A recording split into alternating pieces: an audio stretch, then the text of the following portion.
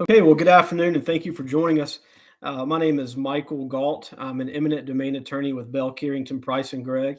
Our eminent domain team at Bell Carrington represents landowners generally throughout the Southeast in the Carolinas, Georgia, Alabama, and Tennessee. But as you've seen, we are based here in South Carolina, and so any project that we have in or around the Charleston area certainly hits home as it's generally in our backyard. So if you're here with us today, you know that we're talking about the I-526 West corridor improvements. If you live, work, or travel in this area, you've likely been hearing about this project for some time. As with most projects like this, it's been in the works for quite a while, for years in design and funding phases, and now we're moving into the right-of-way acquisition phase.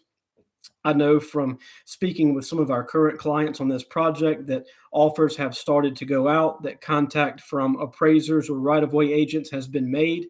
And so likely that applies to many of you, which is the reason for the timing of this town hall. We like to schedule these virtual town halls to give you a chance to ask some questions to our team through the chat box that we can get back to you on, or as you'll hear later on in our presentation through our website, or some direct lines of communication that I will also enter into the chat box. We invite you to reach out to us.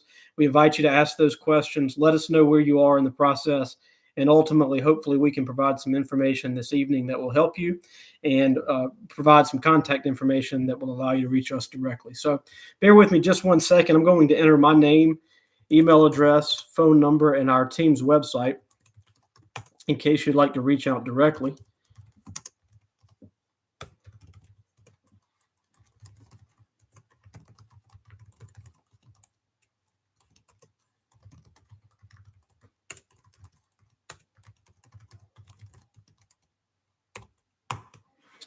Great. In the chat box, you'll see my name, direct line, email, and our team's website. At bellcarringtoneminentdomain.com, you will find a number of fillable forms that you could enter your details in to have us give you a call. You can also schedule a meeting with somebody on our team directly from that site. And then you can also find my contact information should you not be able to click on it or access it directly through the chat box in this YouTube Live. Briefly, we are dealing with the I-526 West Corridor Improvements Project. I've had the pleasure in the last decade of living in Charleston for a number of years. Granted, that was about a decade ago. And as I visit monthly and sometimes weekly now, I see how the traffic has increased. I see how population growth has caused our infrastructure to, in some cases, begin to fail or certainly not be sufficient for the population growth that we're seeing in our state and certainly in the Charleston area. And this particular corridor is no different. What we're talking about is the intersection with I-26 and 526, particularly on the west side on this particular project, but also in the near future, we'll be dealing with a similar project on the east side. And what they're doing is improving that particular intersection, and then they're moving all the way down to Virginia Avenue off of 526, the intersection there, widening 526 from 2 lanes to 4 lanes, and generally just hoping to improve traffic flow through this corridor, which, as we all know, bottlenecks at any given time of the day. It doesn't necessarily have to be rush hour. The project is needed. There's no doubt about it. As with most infrastructure or road improvement projects that the DOT in South Carolina undertakes, the necessity is there. Unfortunately, for many of you that are watching this, you're probably one of the private property owners, either residential, commercial, or industrial, whose property will be impacted as a result of this project. Naturally, if you take a 2-lane road or an existing alignment of the 526-26 intersection and you change it, there's a pretty good chance that some private property rights or ownership will be impacted as a result. Some cases, those impacts are minor. It might be what we refer to as a strip take, or a small piece along the side frontage or the main frontage of a home. In some cases, with industrial or commercial impacts, perhaps access is changing. And in the most serious circumstances, there's a chance that some structures, homes, businesses, warehouses, or otherwise, could be impacted such that they are a total take, meaning that the road's going to run through it, or at least touch it in a way to where the building or the home can no longer exist. And there are certainly various degrees of impacts in between. And it is our job at Bell Carrington to represent landowners when those impacts occur. The government, as we know, has a right to do this type of work through a theory of eminent domain. And that just simply means that governmental agencies like the South Carolina Department of Transportation can take private property for a public purpose. And generally speaking, road projects like this meet the public purpose doctrine.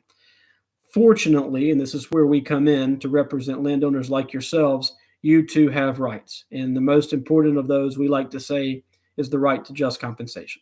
So while in most cases we won't be able to alter the route or change the impact to a particular property, you do have a right to be paid fairly and adequately for the impact to your property and any damages to the remainder of the valuation of your property.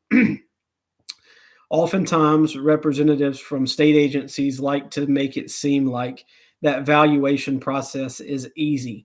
They like to make it seem like they can put in a valuation, send you an appraisal, and it's black and white. Here's the impact to your property. Take it or leave it. That's not the case. And fortunately for you as landowners, there are resources and firms like ours that do eminent domain work all the time. We make a practice of representing landowners, and we do know what all can go into the various valuations for property impacts and the damages to the remainder of those properties. Those valuations aren't easy. It takes time and experience. It takes knowing the process and the procedure. In many cases, it takes knowing the players, the right-of-way agents, the DOT right-of-way acquisition staff, and the appraisers, just generally speaking, all of those who touch these types of projects day in and day out. In this case, the government, the SCDOT, has the benefit of doing projects like this across the state all day, every day. The people that do this on the government side know the process and the procedure and the players, and they are well versed in how eminent domain and condemnation projects proceed. Fortunately, or maybe unfortunately, for many of you as landowners, this is likely the first time that you've ever had to deal with something like this. And I hope that you never have to deal with it again. But since you're in the middle of it or going to be in the middle of it, it's often important for you to have somebody in your corner who also knows the process, the players, the procedure, who can walk you through step by step what these types of impacts may look like, how we might be able to help, so that you're not overwhelmed when somebody knocks at your door with a form for you to sign or sends you a letter telling you have a certain number of days to vacate a property, or serves you with a condemnation suit, which is essentially a lawsuit in South Carolina. It is the initiation of a lawsuit, a legal proceeding, whereby the government acquires the property that they need to complete the project. In many cases, landowners think that's it. Once you receive that notice, they've taken it and they're going to pay you what they're going to pay you. Fortunately, that's not the case either. There's still time to negotiate. There's still time to develop your arguments for valuations and to present those, and to have someone like our firm advocate for you to make sure that at the end of the day, hopefully, ultimately, we're able to make sure that you receive true, just compensation, which is the value of what you're losing. Now, a couple of things that I'd like to note as we wrap up here. Our firm offers free initial consultations, no cost, no obligation. We like to make a point of inviting you to schedule those consultations with us. Call me directly, email me directly. If I can't take your call or email, somebody on my team will be able to schedule a consultation with us through our website. We created that to give the landowner access to us, to our calendars, so that you can create an appointment that's convenient for you. During that consultation, we can take some proprietary software that we developed at Carrington. We can hone in and zoom in on your particular parcel, and we can tell you in real time what we believe the impact to your property might be. Maybe it's minimal, maybe it's severe. We won't know until we're able to dive in and talk to you about your particular parcel, and we can do that in a few minutes during an initial consultation. No cost, no obligation. We invite you to reach out. That's really the only way that we can make that connection and potentially be able to talk about how we can represent you in the future. The second thing, and perhaps the most important for many landowners, is how does the fee structure work? They often worry about, if I pay a lawyer X number of dollars per hour or a big retainer fee, will the juice be worth the squeeze? Will the amount that I receive at the end of the day be enough to offset the cost that I pay that lawyer? Well, fortunately, at Carrington, in our eminent domain practice, we have worked through a solution on that, and we call that our contingency fee basis.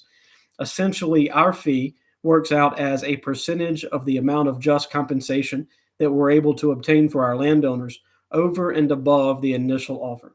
And that can be complicated and certainly can be confusing if you've never had to deal with it before. But the gist is you don't have to pay us out of pocket. We don't charge you hourly, and we'll never ask for a retainer fee.